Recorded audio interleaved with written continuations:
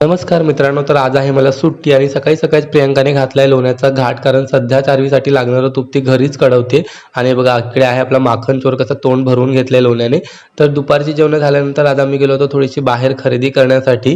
आणि चारवी तिची window seat किती एन्जॉय करते बसमध्ये तुम्ही बघू शकता. तर सध्या चारवीचा वाढदिवस जवळ येतो, त्याच्यामुळे चारवीसाठी आणि प्रियंकासाठी कपडे घेण्यासाठी मी बाहेर पडलो होतो, कारण आधी या दोघी ठरवणार की त्यांना काय घालायचं आणि त्याला मॅचिंग असे कपडे नंतर मी घ्यायचे, हे आमचं ठरलेलं असतं. आता मुंबईची गरमी तर तुम्हाला माहिती आहे, त्याच्यामुळे शॉपिंग करून दमलेल्या या सगळ्यांसाठी मी घेतली थंड थंड अशी लस्सी.